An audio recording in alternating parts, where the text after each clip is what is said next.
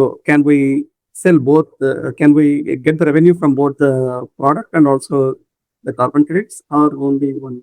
The carbon credits I'll deal separately, sir, in another session. But overall, I say that's a choice for you. Otherwise, I'm telling enter somewhere and do something. Because you have to go through process and approved methodologies and all that are there. Our DMRV systems are there. So they will also train you how to go about if you are registering with them. So that is already there. But end product, people are selling to farmers, or people are trying to give directly to farmers freely. So those things are also happening. Or subsidized cost also they are giving. Or because the biomass that they are collecting is from farmers, let us say. And at the end, carbon credits will be realized only when it is applied to the soil, and then only they agree. Because 100 years, 2000 years, that should be retained. So that is the thing, ultimate thing. So, sir, you mentioned that the biomass delivery distance should be within 5 to 10 kilometers of your production unit, right? But I would like to understand in a business case, or let's say case study of a village. You already know that a lot of villages, they have small farms and they do not generate enough biomass themselves on the individual farms, and the only way for them to even aggregate this biomass would be to use, yeah, whatever logistics they have to get it to a production facility. How is it possible in a village kind of a setup to have this kind of a production facility? First thing is now in India, the carbon credit, this mechanism is happening in the with the artisanal kind of thing. Okay.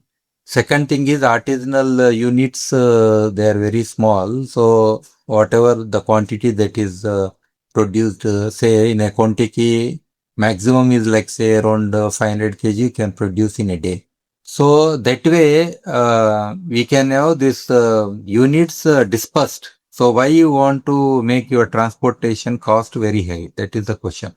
If you have centralized units, then you might get from far off place. But definitely, if you want to get into carbon credits, everything is calculated, because all the emissions that happen in your during your transit and transportation.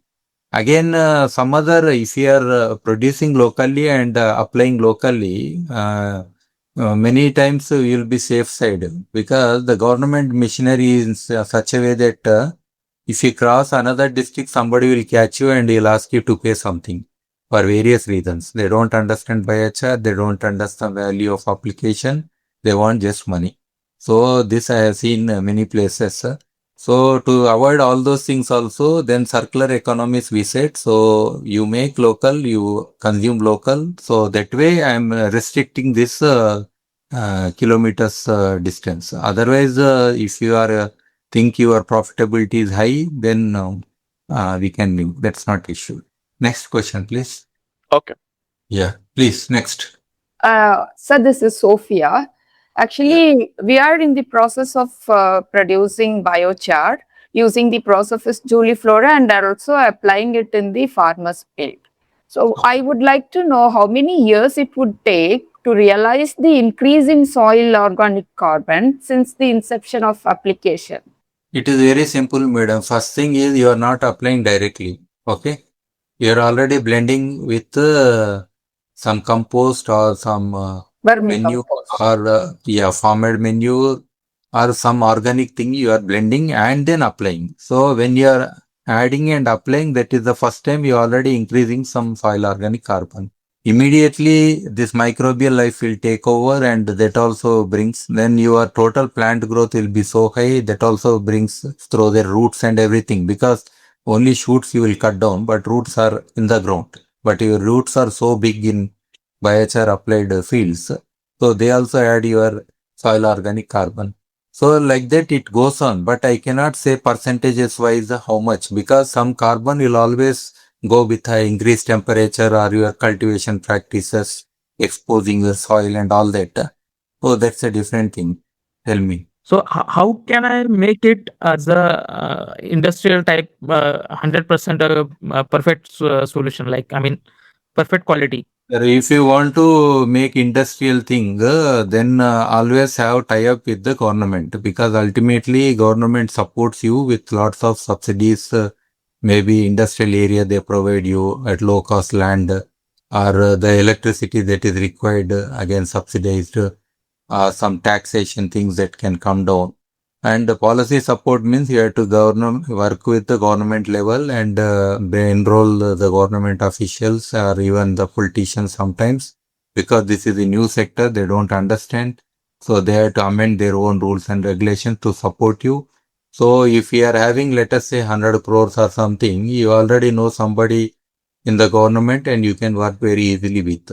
But if you think on your own independently, I have an example where a person was calling me and asking not for biochar. He was asking me, the local sarpanch is asking money because I want to start the production in that village. See, these are the issues which are beyond our this thing, because ultimately policy support means even if you have tie up with a particular steel industry and they want to buy continuously your product from produced in your plant, and of a particular temperature you have produced and particular quality, then it's a well established thing for you. So think like that. But never invest so much unless you are sure about the ultimate who is the buyer and all that thing. And biomass prices also, unless there is a control locally or some kind of mechanism is there, a long-term relation with the stakeholders, buyback mechanism, something like that. Again, don't get into things, because I always say the input value should be very low. That is very, very important. Okay. Then only you'll be successful. Next, please. Okay, thank you, sir. Hi, Sai. Vidya here. I had a Hi. quick question. I also typed, congratulations, very good session. My Thank you. question is, in the value chain, who actually gets the carbon benefit? The farmer as the input, the pyrolysis unit manufacturer, or the offtake partner, the buyer who sells it later? Or any one of them could take it. Is there a rule for who should get the carbon benefit? See, ultimately, soil amendment, if we do scientifically and perfectly, definitely the farmer would get the longest benefit, because it is like 100 years, 1000 years. I know a farmer may not hold his property for 1000 years, I don't know. But at Right. least through 2-3 generations, if that family is dealing with that land, Yeah. so definitely that amendment is the highest value, because every year your production or microbial life and your soil quality, texture, structure, everything, that value is the first value.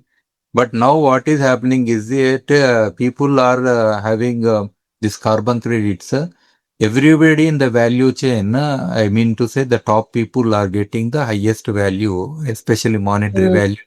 And they are mm, not going beyond. Let us say after 30 years, if something happens because of your initiative now, or let us yeah. say somebody in the neighborhood has applied biochar, because of the slope, all his biochar got into my land, and he got Mm, the carbon credit and he got the benefit. Somebody took the money, but finally that location wise, that biochar is in my field, which is not even mm. recorded anywhere.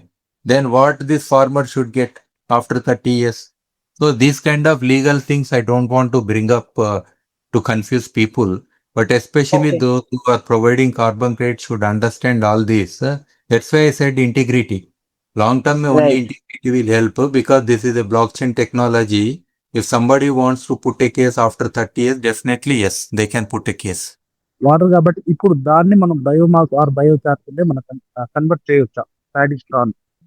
It's very difficult, sir. And మనకి lignin తక్కువ ఉంటుంది overall గా, and fixed carbon కూడా చాలా తక్కువ వస్తుంది. So let us not invest so much on that thing. దాన్ని మీరు కంపోస్ట్ అనే చేయండి, లేకపోతే ఈ మిక్స్ చేసి పెల్లెటింగ్, బ్రికెటింగ్ దాంట్లో ఎందులోనో దాన్ని వాడుకోండి. But I don't recommend for biochar. Straw as of now they are struggling in North India. Otherwise ఒకవేళ టెక్నాలజీ అంత ఈజీగా ఉంటే by now would have solve the stubble burning issue. North Indian అది ఇంతవరకు మనోళ్ళు, I think people are trying, but they are unable to still find best solution. Yeah biochar wise I am telling. Yeah tell me. So we are a biochar manufacturer based out in North India, and we have been trying to convince the farmer to use it in their field, but they want instant result. They are not Like they are not ready to adapt to change. That's why I'm telling as a person who is really want to bring values, so you have to create that product and give final product also because you understand more. We cannot train a farmer up to our level immediately, and each person learning and doing by himself everything is a very difficult thing. Let us say you provided biochar, but how do you create a best fertilizer and give? That is more important. And soil suitability. Each So soil is same and application rate is not same. So you have to do the trials and everything initially. Over a period, you'll have a complete understanding in the geography. Then you can guide directly. This is Hussein Babu, retired officer from the Department, Hyderabad. Yes, So at the outset, thank you very much, sir, for giving the good insights in the domain of biochar. My question is, now we are experiencing the El Nino in parts of our India, our nation. So, how the use of biochar can address the ill effects of because temperature it will reduce. So your moisture and other thing is retained. yes, Your greenhouse gases emissions are continuously absorbed. That adds to our global warming mitigation and all that under climate change, everything. So nutrient retention is also very important. And wherever the farmers have applied, you can just follow them and ask. We have some good case studies near Jairabad where RNA is working with farmers. They are already in the earlier one of the droughts, they have seen how their plants are better. Now we have live examples. I think we have a government should understand this thing, how to mitigate drought and secure a crop, and including irrigation efficiency and everything we can bring up. So there is a need, and this is the most important thing for us as of now in the context of El Nino to adopt. I think in this context, we can showcase this Yes, sir. documentation of biochar benefits, sir, I think. Yes, sir. Immediately, I think within next month, we have to visit those areas and practically see how a neighboring field without biochar application and a field with biochar application are doing. Same crops sown on the same date, we can see randomly. So that will be a very good learning for everybody. Yes, sir. Yes, sir. Thank you, sir. Thank you so much. Thank you very much, sir. Thank you. Okay, now we'll close this session. Thanks to everybody, and I'll send the certificates to your emails. Thank you very much.